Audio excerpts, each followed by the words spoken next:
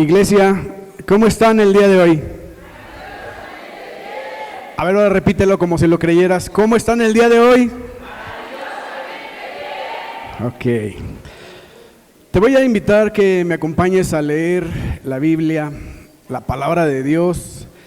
Tú puedes leer muchos libros y te pueden dar ánimo. Puedes leer motivación personal y te puede motivar. Puedes leer existencialismo, fundamentos, puedes andar por todo tipo de corrientes. Puedes leer a Nietzsche y tal vez puedes iniciar otra guerra como Hitler. Tú eres influenciado por todo lo que tú le metes a tu cerebro, pero el único libro que tiene el poder de cambiar, de transformar una vida es la palabra de Dios. Entonces, si tú el día de hoy sales transformado, no fue por las tonterías que yo dije, sino por la palabra de Dios, que es la única que puede cambiar vidas. Toma tu Biblia, acompáñame, Romanos 4 del 16 en adelante hasta el 22. Y espero que tu Biblia diga lo mismo que la mía. Y dice así: por tanto, es por fe, para que sea por gracia, a fin de que la promesa sea firme para toda su descendencia, no solamente para la que es de la ley, sino también para la que es de la fe de Abraham, el cual es padre de todos nosotros, como está escrito: te he puesto por padre de muchas gentes, delante de Dios, a quien creyó, el cual da vida a los muertos y llama las cosas que no son como si fuesen. Él creyó en esperanza contra esperanza, para llegar a ser padre de muchas gentes. Conforme a lo que se le había dicho, así será tu descendencia. Y no se debilitó en la fe, al considerar su cuerpo que estaba ya como muerto, siendo de casi 100 años, o la esterilidad de la matriz de Sara. Tampoco dudó por incredulidad de la promesa de Dios, sino que se fortaleció en fe, dando gloria a Dios, plenamente convencido de que era también poderoso para hacer todo lo que le había prometido, por lo cual también su fe le fue contada por justicia. Espíritu Santo, te damos la bienvenida. Espíritu Santo, si no fuera por ti, esto sería un curso, esto sería humanismo. Pero creemos en ti, creemos en tu palabra, creemos en tus promesas, y sé, Señor, que el día de hoy tú vas a hablar a nuestros corazones, que tú nos vas a dar aliento de vida, que tú vas a fortalecer al de las rodillas endebles, que vas a levantar el ánimo para el que no lo tiene, que vas a dar fuerzas al que carece de ellas. Te damos las gracias porque tú siempre estás con nosotros. Podemos sentir tu presencia en este lugar. Te amamos, te adoramos y ponemos este tiempo en tus manos. En el nombre de Jesús, amén. Pues estamos viendo la vida de Abraham, y si te das cuenta, la vida de Abraham es una vida bien peculiar, que aunque Abraham, a diferencia de se me fue el nombre, David era un hombre de guerra y derramó mucha sangre, pero Abraham, a diferencia de David nunca fue un hombre bélico. David fue un hombre de fe. De hecho, ¿cómo se le conoce? El padre de la fe. Pero aunque tal vez no tuvo que pelear guerras físicas, aunque sí peleó una, más adelante te vas a dar cuenta, él tenía las mismas luchas, las mismas batallas que tú y que yo. Esas luchas que se pelean en la mente. Él peleaba con el desánimo, él peleaba contra sí mismo para no desfallecer, con los temores, las inseguridades, con las dudas que tenemos nosotros. Esa era más su batalla.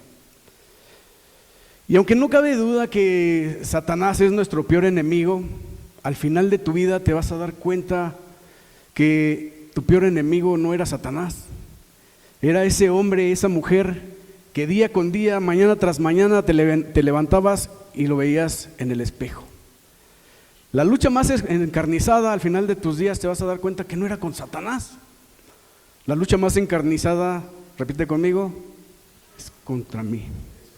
Es contra mí. No le eches la culpa a tu esposo, no le eches la culpa a tus hijos, no le eches la culpa al gobierno. La lucha más encarnizada es contra ti mismo. Pero al final de tu vida también te vas a dar cuenta que la fidelidad de Dios contigo es hasta el final. Y aunque Abraham habría recibido una promesa, la promesa no suaviza el camino. Abraham tuvo que pasar por diferentes dificultades, por diferentes vicisitudes, diferentes atropellos, al igual que tú y que yo. Y te puedes dar cuenta de su historia y de todas sus derrotas, de todas sus peleas, de todas sus pérdidas en el libro de Génesis. Lo puedes leer ahí de Génesis 2 en adelante. Te puedes dar cuenta de todo lo que Abraham enfrentaba y que sé que no es muy diferente a lo que tú y yo enfrentamos día con día. Te voy a leer algunas travesías o unos problemas que él atravesó y yo sé que tú te vas a identificar, igual que yo, con Abraham. En alguno o en muchos puntos tú te vas a dar cuenta que no somos muy diferentes a Abraham. ¿Cuántos de los que están aquí tienen fe o se hacen llamar que son hombres y mujeres de fe? Pero mira, a mí se me ocurría algo. Y piensa en esto. ¿Qué es la fe? Para ti, ¿qué es la fe? ¿Qué es la fe? Mira, se la sabe y te aseguro que tú también la has leído. Hebreos. Es la certeza de lo que se espera, la convicción de lo que no se ve. ¿Pero dónde venden la fe? ¿En dónde adquiero fe? Y es como si tú le quisieras vender agua, describir el agua a un ciego de nacimiento. Es que te vendo el agua. ¿Pero qué es el agua? Pues es un líquido que no huele, que es transparente, que no sabe. Ponte en el lugar de un ciego. Me estás vendiendo algo que no se ve, algo que no sabe y algo que no tiene color. Para alguien que no ve, que nunca ha visto, ¿cómo le vendes eso? No se ve, no huele, no tiene color. Para alguien que es ciego, es lo mismo quererle vender la fe a alguien que no tiene fe. ¿Pero qué es la fe? Es la certeza de lo que se espera. ¿Pero qué espera? Cada uno de nosotros esperamos algo, ¿cierto o falso? Pero en fin, la fe, yo lo aterrizo en mi forma de ser, en mi forma de pensar. ¿Cuántos conocen el mar? Levanten la mano. Ahora, deje su mano arriba. ¿Quién de ustedes, honestamente, no conocen el mar? Mira, qué bueno, todos conocen el mar. Honestamente, yo no conocía el mar. Yo vine a conocer el mar hasta los 16, 17 años. Mi papá nunca me llevó al mar, mi mamá nunca me llevó al mar. Mis hermanos no me llevaron al mar. Yo conocí el mar por medio de una escuela. Y desde que yo vi el mar, yo me enamoré del mar. Por eso a mí me encanta ir al mar cada rato, porque es algo hermoso. Es algo precioso el estar ahí, ver la inmensidad, ver el poder de Dios, que quien lo hizo, solamente un poder superior puede hacer algo tan hermoso, tan inmenso, tan majestuoso. Pero mira, aunque yo no conocía el mar, yo había visto películas, yo había visto revistas, y yo sabía que allá, no sabía para dónde, pero sabía que para el sur o para el norte, allá había un mar. Y la fe es lo mismo. Yo sé que hay un Dios y sé que tengo una casa. No necesito ir ahorita, pero sé que cuando yo muera, yo voy a estar allá. ¿Cuántos dicen amén? Pues esa es la fe. Pero las pruebas a las que se enfrentó Abraham, su primer prueba fue en lo familiar. Dios le dijo: vete de tu tierra, de tu parentela y la casa de tu padre, y yo te bendeciré mucho. ¿A cuántos de ustedes Dios les ha dicho 1 y 2 y 1 año y 2 años y 3 años y 4 años? Vete de tu tierra, de tu parentela, de tu suegra, de tus suegros, y yo te voy a bendecir mucho. Pero no obedeces. Segunda prueba, pasó por una hambre y crisis financiera. En ese tiempo, cuando él salió de su casa, que se decidió obedecer, resulta que en esa tierra vino una escasez, vino una hambruna. Y él, aunque tenía una promesa de parte de Dios, él tuvo que atravesar ese tiempo de hambruna, tuvo que atravesar ese tiempo de crisis, tuvo que atravesar ese tiempo que no había dinero. No sé cuántos están atravesando por esa prueba. La prueba matrimonial. Faraón le quiso quitar a su esposa y estuvo a pelo de rana a tener relaciones con ella, si no es que Dios intervino. No sé cuántos de ustedes en un grupo, en el trabajo, en el negocio, en la calle, Satanás o Faraón les ha querido quitar a su esposa o a su esposo. No digan ay, ay, ay, porque van a salir a balcón. La prueba de la soledad, cuando su sobrino Lot lo abandonó. Recuerden que llegó un momento que crecieron tanto que dijo, ya no podemos estar juntos. Y su sobrino se fue. Se quedó solo, ahora sí ya. La prueba de la guerra, tuvo que salir a pelear porque habían secuestrado a su sobrino Lot. La prueba de la circuncisión, siendo un hombre ya casi de 100 años, Dios le dijo, quítate el prepucio de tu cuerpecito. Imagínate a los casi 100 años, y tuvo que pasar por esa prueba. No sé los que han pasado por ahí, pero ya siendo un adulto, y Dios le dijo, circuncídate. También ha de ser una prueba bien difícil. Yo recuerdo que yo cuando me casé le dije a mi esposa, no, vamos a tener un hijo y 2 hijos, y ya yo me voy a hacer la operación. Resulta ser que llegó la tercera y no me la quise hacer, y hasta la fecha me dio sacatito, no me la hice, más bien la aventé al choque a ella. Entonces es lo que pasó a Abraham. La prueba, Abimelech, el rey Abimelech le quiso quitar otra vez su esposa. Otra vez viene el enemigo y otra vez le quería quitar a su esposa. La siguiente prueba, tuvo que sacar a Agar e Ismael, su hijo, de su vida.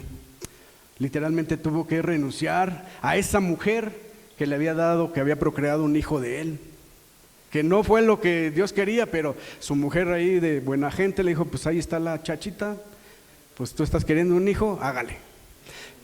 Pero imagínate, si te llegas a encariñar de un perro, ¿cuántos tienen perro? Y si uno se aman a los perros. Yo recuerdo que un día que se me murió mi perro, yo no era de perros, pero un día me regalaron un perrito así miniatura, se dormía aquí en mi pecho. Y llegaba yo de llevar a mis hijas a la escuela, y cuando regresaba el perro me empezaba a hacer un buen de faramayas, me rascaba el pantalón y todo porque se quería subir en mí. Yo me acostaba y otra vez el perro se me acurrucaba aquí. Y el día que se murió, haz de cuenta que yo era Pedro Infante. No te mueras, Torito, no te mueras. Y me arrodillaba, le decía, Señor, tú prometiste que no se iba a morir mi ganado, ya se murió mi perro. Y yo quebrantado, llorando, suplicándole que no se muriera. Imagínate, si yo sentí feo por un perro, ¿tú crees que este hombre no sentía con alguien que compartió el cuerpecito? ¿Con alguien que le dio un hijo?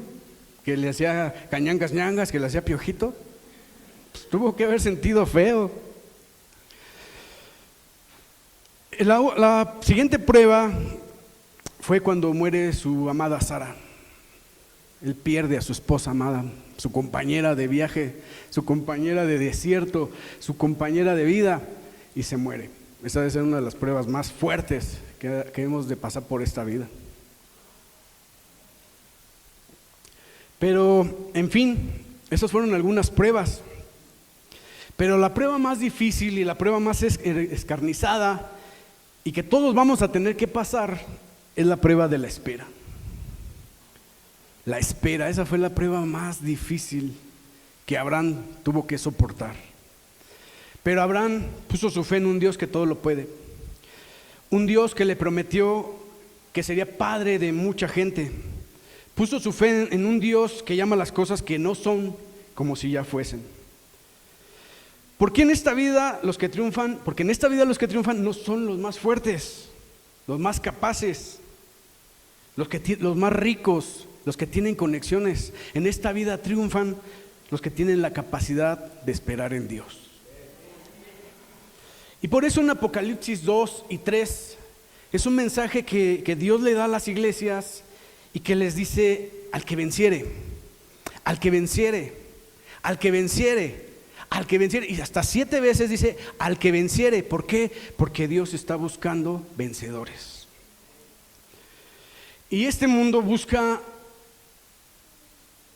y paga a los más rápidos, a los más fuertes, a los más capaces. De hecho, en las Olimpiadas se les recompensa, se les pone una medalla de oro, de plata a los ganadores, a los que corren más rápido, a los que brincan más alto, a los que pueden lanzar una jabalina más lejos, al que pega más fuerte. Y eso es lo que el mundo recompensa, al más fuerte, al más capaz. Pero la forma de recompensar de Dios es completamente diferente. Dios recompensa a los que saben esperar sin rendirse hasta el final. Y esta es la vida de Abraham, el padre de la fe. Él recibió una promesa al igual que tú y que yo. Una profecía al igual que tú y que yo. ¿Cuántos de los que están aquí en su caminar han recibido una promesa? Levante la mano.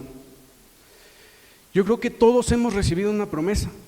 Y si tú que vienes nueva, tú que vienes nuevo, tú no tienes una promesa, ahí en la entrada están dando promesas. Levántate y agarra una. Estoy seguro que Dios te va a hablar. Pero si tú ya vienes de un encuentro, si tú ya llevas 1 año, 2 años, 3 años, 4 años, yo estoy seguro que tú tienes una promesa. Pregúntale a la persona que tienes a un lado: ¿tienes una promesa?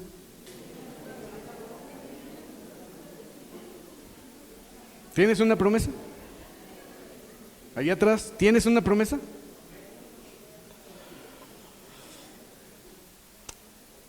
Y tal vez al igual que Abraham, tú recibiste una promesa. Tal vez una promesa de sanidad, que Dios te iba a sanar. Tal vez una promesa de prosperidad, que Dios te va a prosperar. Tal vez recibiste una promesa de que Dios va a restaurar tu familia. Abraham caminaba con una promesa. Abraham cargaba con una promesa en medio del desierto. Cuando Dios le dijo: vete y yo haré de ti una gran nación, ¿qué llevaba? Llevaba la promesa. Y tal vez tú puedes no tener nada, pero si tienes una promesa, tienes un cheque en blanco. Si tienes una promesa, ya tienes la mitad de tu milagro concebido. Tal vez tú, al igual que Abraham, tienes una promesa de que Dios te va a dar un gran ministerio. Tal vez tienes una promesa de que Dios va a acabar con esas adicciones, que Dios te va a regresar a tu esposo, que Dios va a restaurar tu familia. Yo no sé cuál es la promesa que tú tengas, que tal vez te mantengas creyendo que Dios va a sacar a tu esposo de ese alcoholismo, de esa drogadicción, a tu mujer de esa situación de infidelidad, de abandono, de deshonestidad, de ver a tus hijos que cada vez los ves más perdidos. Pero tú tienes una promesa, que muchos tal vez la recibimos en algún momento. Cree tú y serás salva tú y toda tu casa. ¿Cuántos se mantienen creyendo en esa promesa? Si tú lo crees, dale un fuerte aplauso a Dios.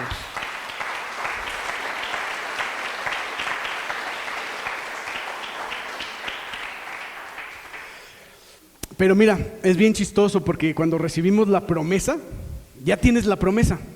¿Cuántos ahorita recibieron una promesa? ¿Y la crees? Sí. Ok, ya Dios ya te dio esa promesa. Pero recibimos la promesa y pensamos que va a ser de un momento a otro. Pensamos que vamos a llegar bien fácil a esa promesa. Y vemos que con el tiempo se vuelve cada vez más difícil. Pensábamos que íbamos a llegar rápido y la promesa se alarga, se hace tediosa, se hace inalcanzable. La promesa se vuelve en días, en meses, en años. Que Dios te prometió, sí te prometió, y nosotros queremos las cosas rápidas. Somos pragmáticos, lo quiero ya Dios me prometió. Y resulta ser que tu promesa tarda 12 años. Tarda 16 años, tarda 20 años. Yo no sé cuánto tiempo lleves esperando tu promesa. ¿Cuánto tiempo llevas esperando que Dios cumpla su promesa? Mira, yo hace 18 años, yo recibí una promesa de parte de Dios. Les he comentado que yo, de ser un junior de colonia arrabalera o de colonia popular, llegó un momento que yo perdí todo, de haber tenido motos, de haber tenido carros. Y hay gente que puede dar testimonio. ¿Quiénes me recuerdan cuando yo andaba en mi motocicletota, en mi carrote de Thunderbird y rines y estéreo? Hay varios, mira, mis vecinas. Saben que no las dejaba dormir con el estéreo. Hoy cómo me caen gordos esos tipos que se ponen afuera de mi casa y que ponen el estéreo a todo volumen. Y digo, ahí está el karma, ahí está la revancha. Ahí está lo que se hace y se paga en esta vida. Todo lo que hagas, no te vas a ir de aquí, criaturita, sin que tú lo pagues. Lo vas a pagar. Yo hoy estoy pagando. Digo, hay un tipo ahí enfrente de mi casa que ya lo alucino con su... Mira, yo no escucho esa música, la odio, me produce náuseas. Pero esa música belicona que del Peso Pluma y del Natanael Cano, me dan náuseas, honestamente. Y todos los días, ¿qué crees que estoy escuchando? Ya está, se te pega la canción cuando tú pones ahí a tus vecinos y que ponen su música de diferente gusto. No debo decir naca porque ahí luego gente se ofende, pero empiezas, la guaracha sabrosona, y hasta el pie se te empieza a hacer, y quiero bailar muchacha, la guaracha. Digo, a mí no me gusta esa música, pero ya me contaminó, ya está mi cel. Me tengo que meter muchas alabanzas para poder sacar eso de mi mente. Lo bueno que ahí a mi lado tengo a Vania, que siempre está poniendo alabanzas, que bien fuerte. Gloria a Dios por la vida de Vania y Jael.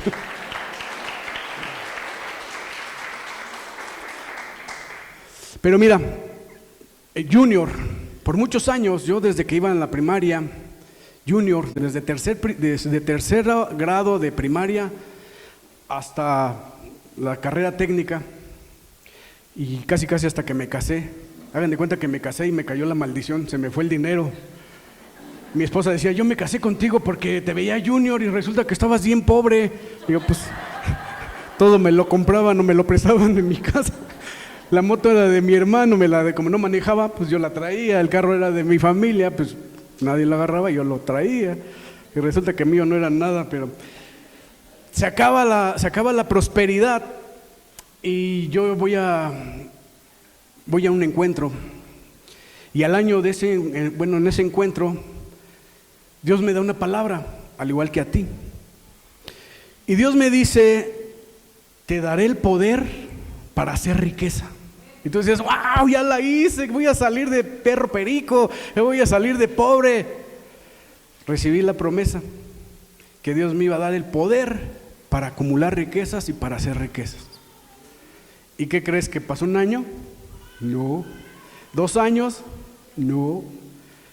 13 años, 14 años, 15 años, 16 años y yo cada vez estaba más pobre. No sé cuántos se identifican conmigo. Pero ahí estaba la promesa. Y aunque sí fue difícil, aunque sí pasé por muchas pruebas, yo en mi quebranto más difícil, mi quebranto más fuerte, cuando yo caí al reclusorio, no por buena gente, sino por deshonesto, por tramposo, por andar comprando cosas robadas. Espero que aquí nadie lo haga, si no, ahí está la advertencia. Tarde que temprano tus consecuencias te van a alcanzar. Tarde que temprano la maldad tiene cola, te enredas en ella, te la pisas y te caes. Y fue lo que me pasó. Y estando en ese quiebre, yo estando en el reclusorio le decía, Señor, si tú me sacas de aquí, yo te prometo que jamás voy a comprar nada robado. Y hasta el día de hoy puedo levantar mis manos, mirar al cielo, no compro nada robado. Si se lo vas a dar, dáselo a Él.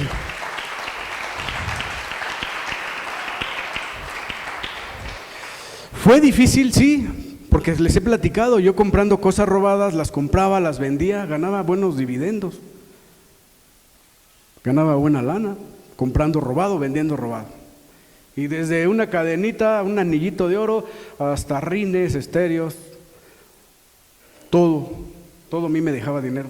Pero yo prometí, ni un clavo vuelvo a comprar si tú me sacas de aquí, y te prometo que voy a enderezar mi vida y que te voy a entregar mi vida. Y veme el día de hoy predicando la palabra de Dios.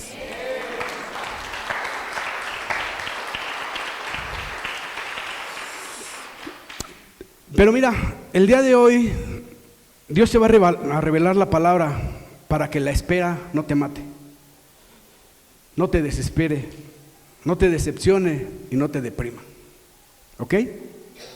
¿Cuántos están listos para recibir esa palabra? ¿Estás lista? ¿Estás listo?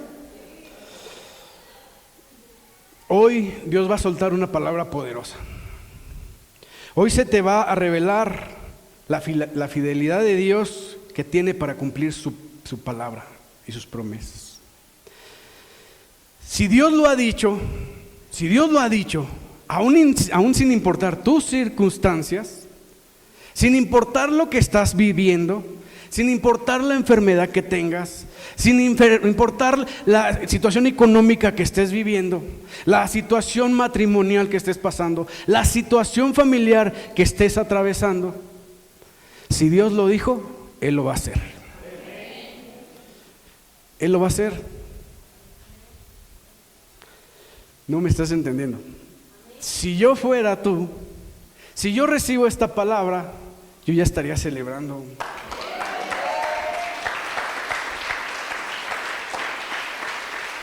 Si Dios te dio esa palabra, Él lo va a hacer.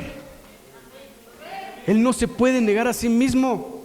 Y Él, no encontrando a nadie más por quien jurar, juró por Él mismo: de cierto te bendeciré. Dios lo va a hacer por ti mañana. Si Él te lo prometió, Él lo hará. En la agenda de Dios ya está. No me estás entendiendo. En la agenda de Dios ya está. En la agenda de Dios ya está lo que tú quieres. En la agenda de Dios está lo que tú estás pidiendo. Ya está hecho. Dios lo dijo, Él lo va a hacer. Mira, hay un poder especial en el saber esperar. En la espera, Dios te fortalece. En la espera, Dios te capacita. En la espera, Dios te hace inquebrantable. En la espera, Dios te da un curso de sobrevivencia. ¿Qué fue lo que Dios me mostró a mí en esos 16, 17 años de pobreza? Dios me enseñó a sobrevivir. Dios literalmente me agarró, me sacó de mi zona de confort, de ser junior de barrio, de ser ahí medio adinerado. Me dio una patada y me aventó a la selva. Y me enseñó a sobrevivir. ¿Y sabes cómo sobrevivía yo allá afuera? Con 50 pesos. Con 50 pesos manteniendo una familia de 5 personas. ¿Es imposible? Sí, pero lo que es imposible para el hombre es posible para Dios. Y en ese momento de prueba Dios te está enseñando a sobrevivir. En tus momentos de prueba aprendes a comer soya. ¿Cuántos me entienden lo que les digo? En tus momentos de prueba aprendes a comer gluten. Aprendes a comer pellejitos. Aprendes a comer tacos de chicharrón, taco placero, taco de jamón. Dios en el momento de prueba te enseña a sobrevivir. Porque al final, aún las cosas malas, a los que creemos en Dios, ayudan para bien. La espera tiene un poder extraordinario si se te revela.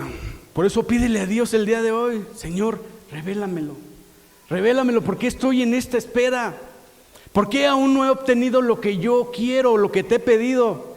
Dios te está fortaleciendo. Dios te está capacitando. Y Dios te metió en un curso para que aprendas a sobrevivir. Por cada año que pasaba, Abraham se iba haciendo cada vez más viejo. Su cuerpo se iba desgastando. Y cuando tú cargas una promesa de parte de Dios, que serás padre de mucha gente, pero no tienes un hijo, eso se vuelve una carga bien pesada. ¿A cuántos Dios les ha prometido, tú vas a ser padre de multitudes, y tu célula no llega a nadie?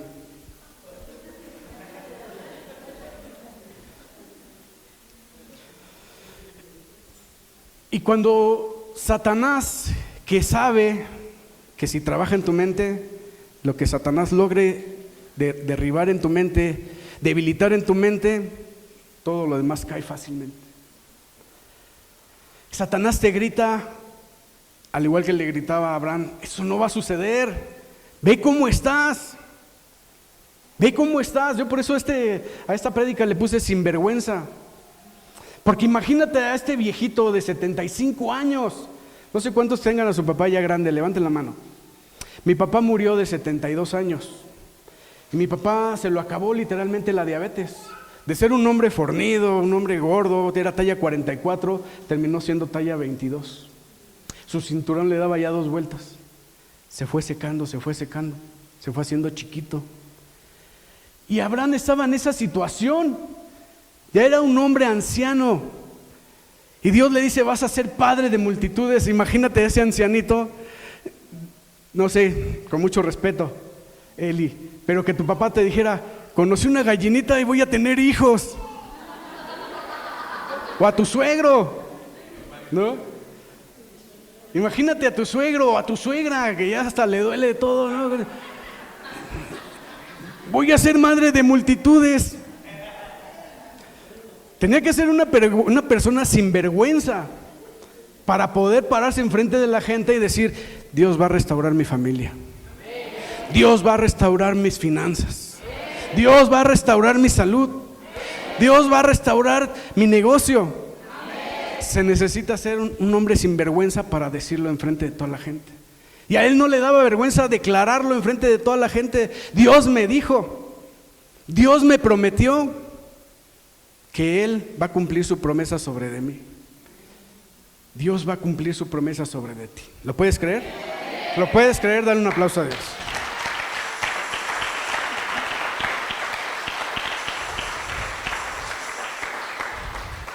Pero mira, Satanás siempre te va a venir a gritar, esa es una mentira, eso no es posible, tú nunca vas a bajar de peso, tú nunca vas a tener un negocio próspero, todo te sale mal, tú te vas a morir de esa enfermedad. Te viene a gritar porque sabe tu situación, pero no sabe que hemos creído en un Dios de lo imposible, un Dios que llama las cosas que no son como si ya fuesen. Y Satanás es el padre de la mentira. Satanás siempre miente. Satanás es un ladrón, te quiere robar tu promesa, entiéndelo. Dios te dio una promesa, pero Satanás te la va a querer robar. Con que tú vas a restaurar la relación con tu hijo, se burla de ti, porque te conoce. Tú nunca vas a salir de ese problemático de alcoholismo. Tus hijos van a ser igual. Tu descendencia va a ser igual. Todos van a ser como tu papá, drogadictos, violadores como tu abuelo, prostitutas como tu madre. O sea, siempre te viene a decir que no es posible, pero en Dios todo es posible. Satanás es un mentiroso, desde el principio miente. A él se le conoce como el padre de la mentira. Y no tenemos que saber mucho de Satanás, porque al final es un timador. Pero mira, yo conozco a Satanás, que siempre te viene a robar. No lo vas a lograr. No vas a poder pagar la renta. Si te sales de la casa de tu papá, de tu mamá, te vas a morir de hambre. ¿Con qué vas a mantener a tu esposa? ¿Con qué vas a mantener a tus hijos? Con toda palabra de Dios. Tengo la promesa y Dios no me va a dejar.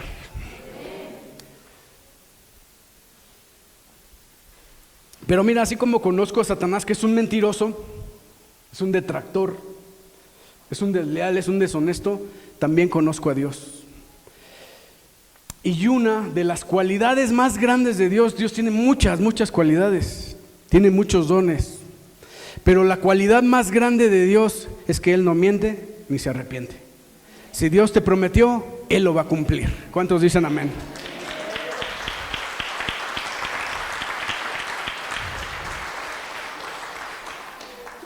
Y mira, y si Dios permite la espera, es porque tú tienes que morir a lo que tú sabes, a lo que tú puedes y a lo que tú anhelas.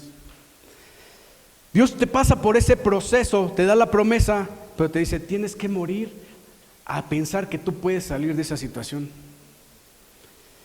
Tienes que morir a creer que va a ser por tus fuerzas, a que va a ser por tu conocimiento, a que va a ser por un psicólogo, a que va a ser por un empresario, a que va a ser por un ladrón, va a ser por unas amistades. Dios te deja que tú pases por ese proceso de espera, para que cuando venga el día de que tú recibas tu milagro, tú le des toda la gloria y toda la honra solamente a Él. Dáselo más fuerte.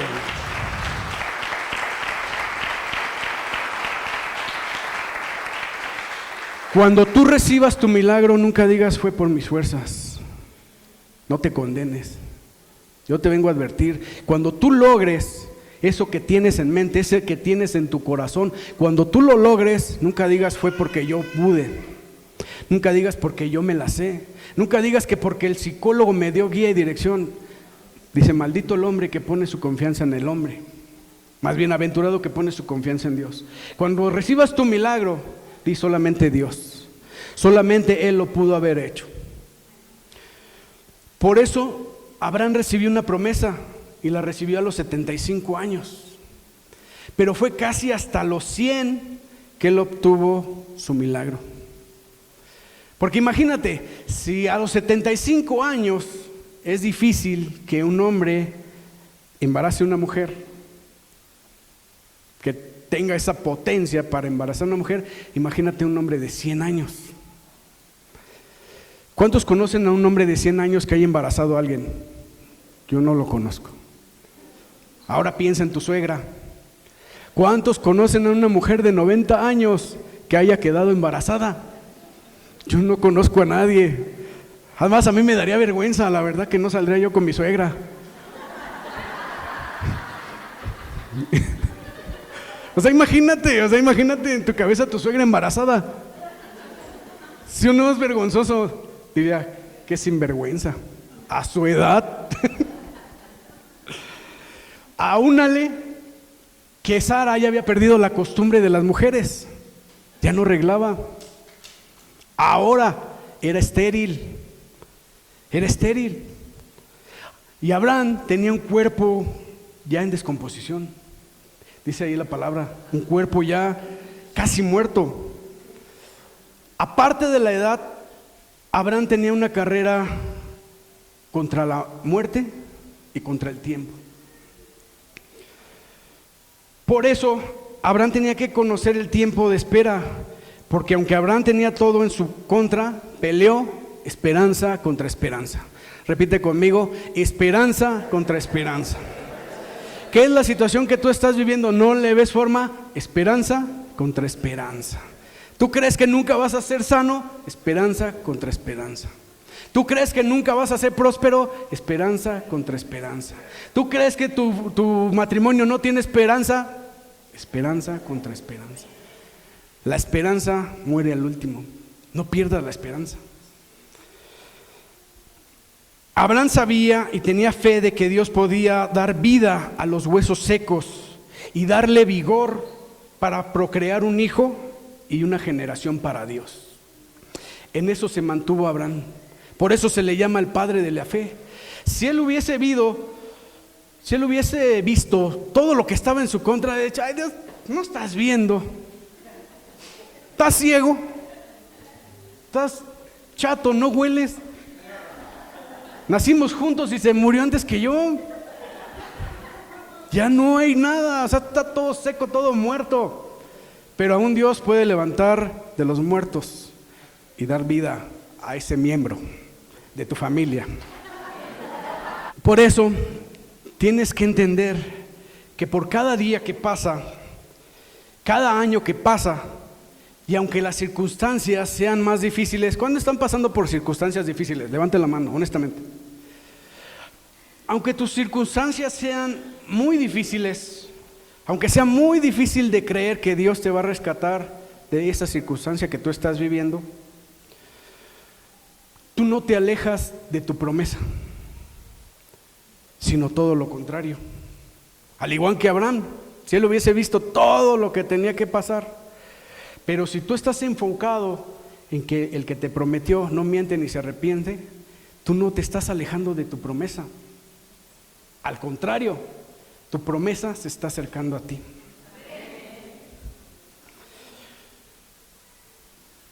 ¿No me escuchaste bien? Tu promesa se está acercando. Creo que aquí uno que otro ya entendió. Tu promesa se está acercando. Satanás te dice que tu marido nunca va a venir aquí. Tu promesa se está acercando. Dios está abriendo camino. Déjale una silla ahí al lado, porque tarde que temprano vas a ver a tu esposo, a tu hijo, a tu sobrino, a tu hermano, a tu hermana.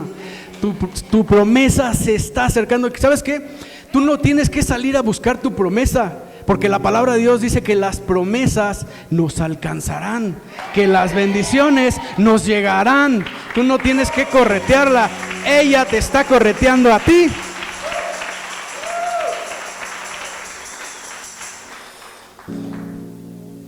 Y mira, estoy para terminar. Me gusta, y hay gente que sabe que no miento, me gusta leer mucho. Yo leo revistas, leo folletos, leo cosas importantes e interesantes en el internet. Sí me paso un rato viendo internet, pero no me paso viendo babosadas, al igual que otros. Mira, por ahí llegó luego la pedrada. Yo la aventé para acá y se fue para allá. Luego rebotó acá. En el internet es una ventana a lo que tú quieras. Y tu cerebro funciona según lo que tú le metas. ¿Qué te estás metiendo? Pero tú reaccionas conforme a lo que tú le metes a tu CPU. Y eso baja tu corazón y en eso te conviertes. Yo leí en una revista una anécdota de un científico, algo importante. Este científico se llama Kurt Richard, de Estados Unidos.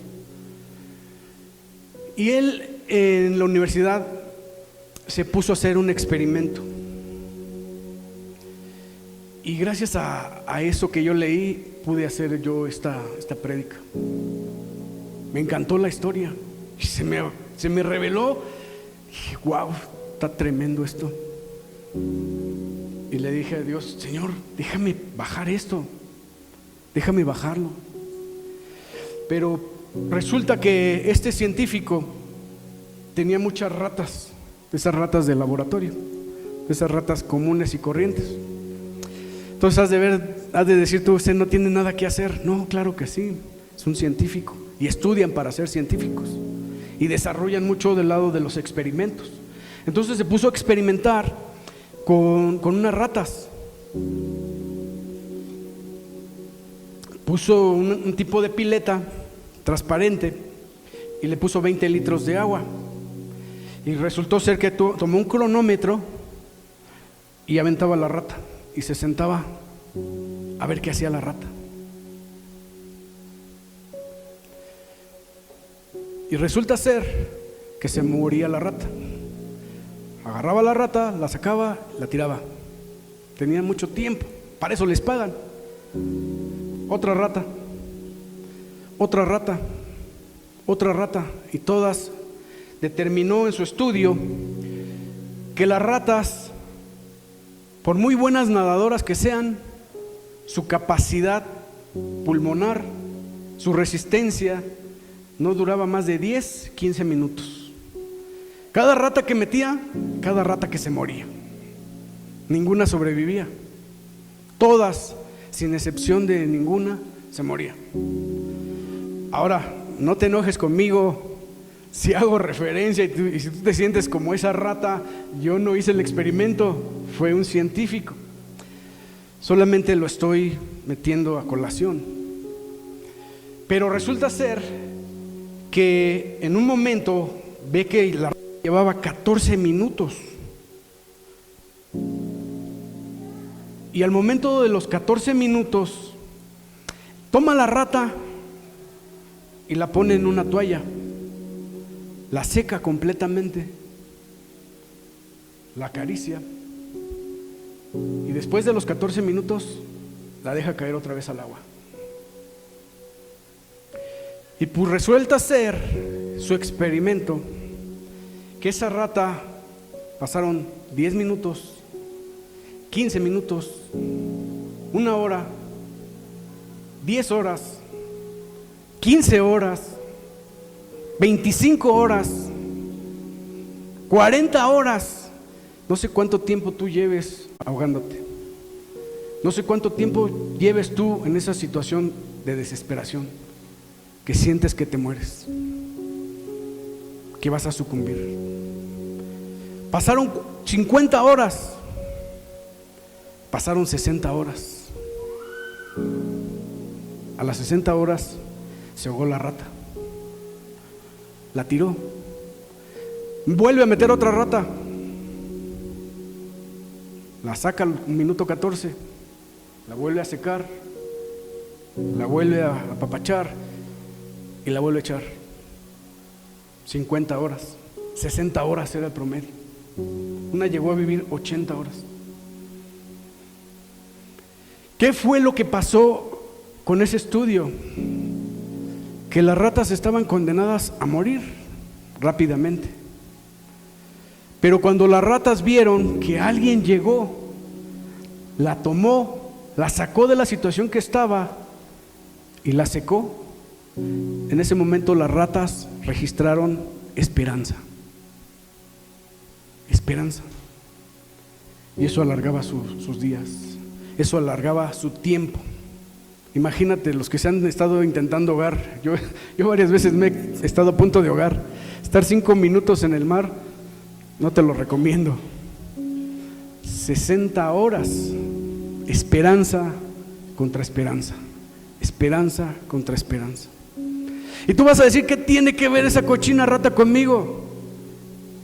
¿Cuántos de ustedes le han pedido en su situación más difícil, cuando sientes que te estás ahogando, cuando sientes que ya todo te rebasó, cuando sientes que estás muriendo? ¿Cuántos de ustedes honestamente han levantado la mano, han levantado una plegaria y decir, Señor, ayúdame, me estoy ahogando, esta situación me está matando?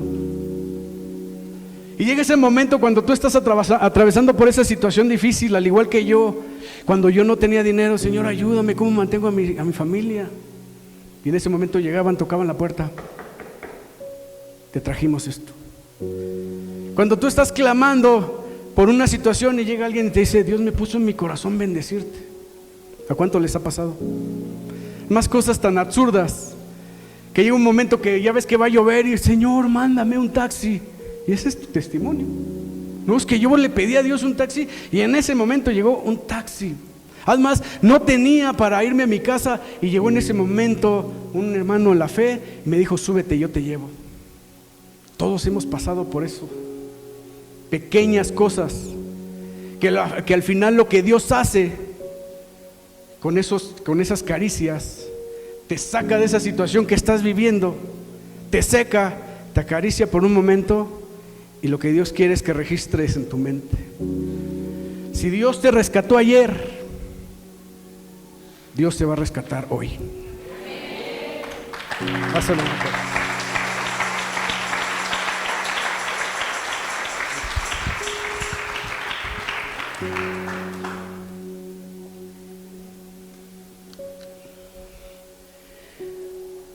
¿Qué es lo que Dios quiere a través de esos detalles? Que registres en tu mente esperanza. Ese Dios que te salvó ayer, te va a salvar el día de mañana. Él te va a llevar a casa. Romanos 5, del 3 al 5. Reina Valera.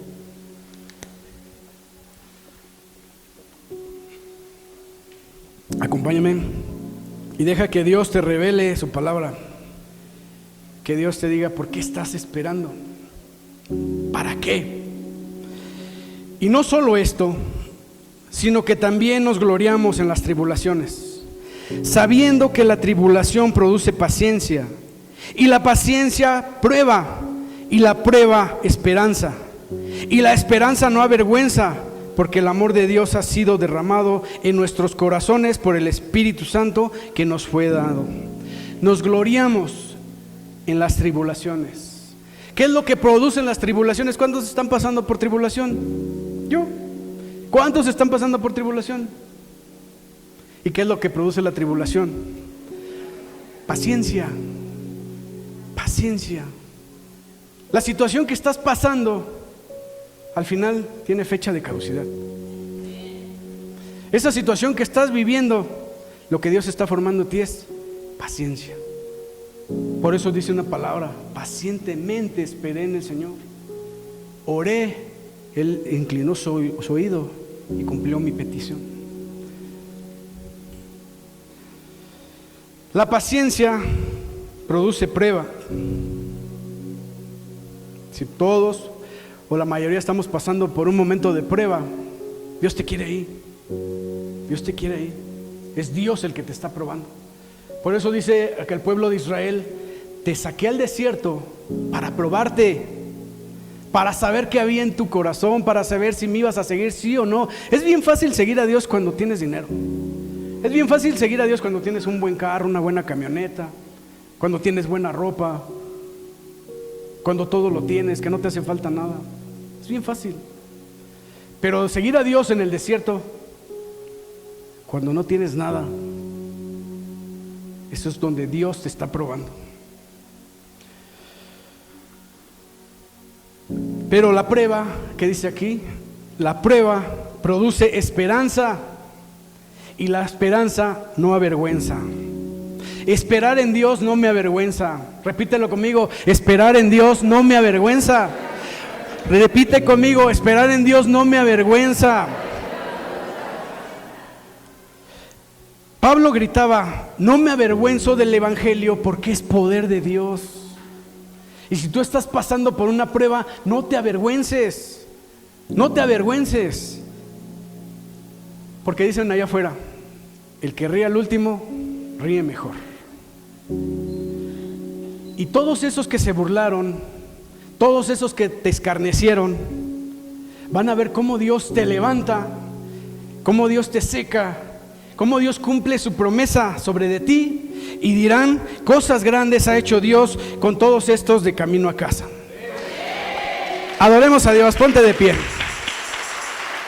El éxito consiste en esperar en Dios, sin quejas. Cuando tú entiendas que la situación que tú estás viviendo, Dios te puso ahí, que fue Dios. Y muchas veces cuando estamos pasando por una prueba le echamos la culpa desde el pastor hasta el presidente. No, es que por la culpa de Pablo tuve que dejar de hacer cosas por ir a hacer su famoso Jesús te ayude, y que el plan Jesús.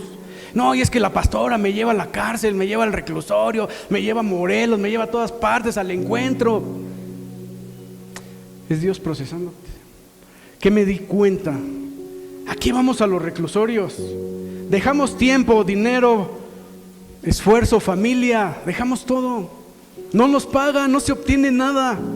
El día que tú vayas te vas a dar cuenta que no te traes económicamente nada, pero espiritualmente, moralmente te vienes lleno. ¿Por qué? Porque ¿qué es lo que hacemos con esa gente? Pues no lo quiero decir, pero se oye feo, pero es la realidad. Es ir y sacarlas de ese balde de agua que se están ahogando, que tienen condenas de 100, 200 años, y simplemente sacarlas, darles una palabra de aliento, secar sus lágrimas y decir: continúa. ¿Qué es lo que vamos a hacer? Tienen que registrar esperanza en su mente. Esperanza contra esperanza. Tal vez no van a salir físicamente, pero espiritualmente Dios está buscando gente que se arrepienta. Y esto es a lo que vamos al reclusorio, a decirle a una mujer: Dios te ama. Pero es que soy la peor, hice y deshice. Dios te ama. Dios salió a buscar lo que se había perdido. Desgraciadamente te encontró aquí, pero aún así Dios te ama. Lleva esperanza. Te digo una cosa, allá afuera hay mucha gente que se está ahogando. Allá hay mucha gente que está pasando por pruebas. Allá hay mucha gente que está sintiendo que no sale, que va a morir en esa situación, que su matrimonio no tiene solución, que el cáncer las va a matar, que la droga los va a matar. Pero tú eres la mano de Dios. Ayuda a alguien a salir de esas aguas. Cierra tus ojos, alaba a Dios.